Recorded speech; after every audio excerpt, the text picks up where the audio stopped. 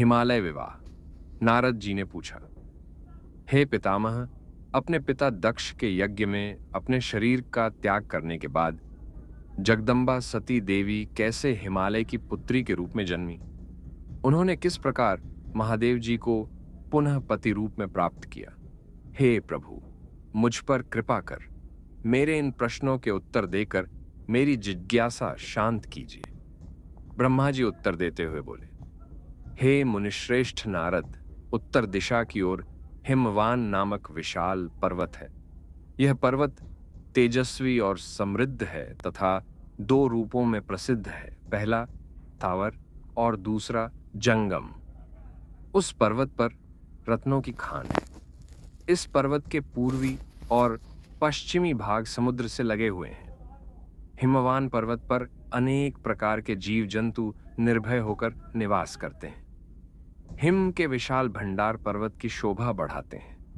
अनेक देवता, ऋषि मुनि और सिद्ध पुरुष उस पर्वत पर निवास करते हैं। हिमवान पर्वत पवित्र और पावन है।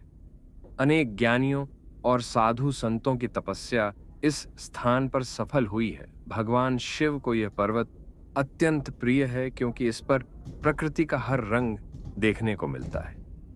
एक बार की बात है, गिरिवर हिमवान ने अपने कुल की परंपरा को आगे बढ़ाने तथा धर्म की वृद्धि कर अपने पितरों को संतुष्ट करने के लिए विवाह करने के विषय में सोचा।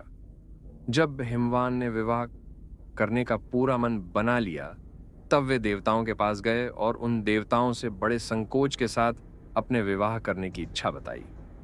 तब देवता प्रसन्न होकर अपने पितरों के पास गए और प्रणाम कर एक ओर खड़े हो गए। तब पितरों ने देवताओं के आने का कारण पूछा।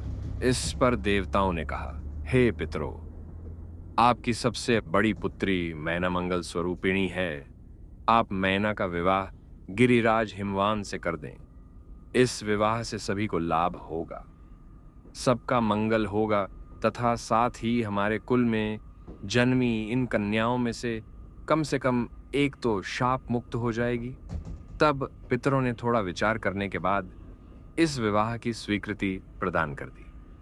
पितरों ने प्रसन्नता पूर्वक बहुत बड़ा उत्सव रचाया और अपनी पुत्री मैना के साथ हिमवान का विवाह कर दिया।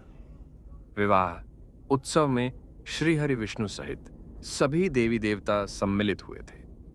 विवाह उपरांत सभी देवता प्रसन्नता पूर्वक अपने अपने लोक को चले गए।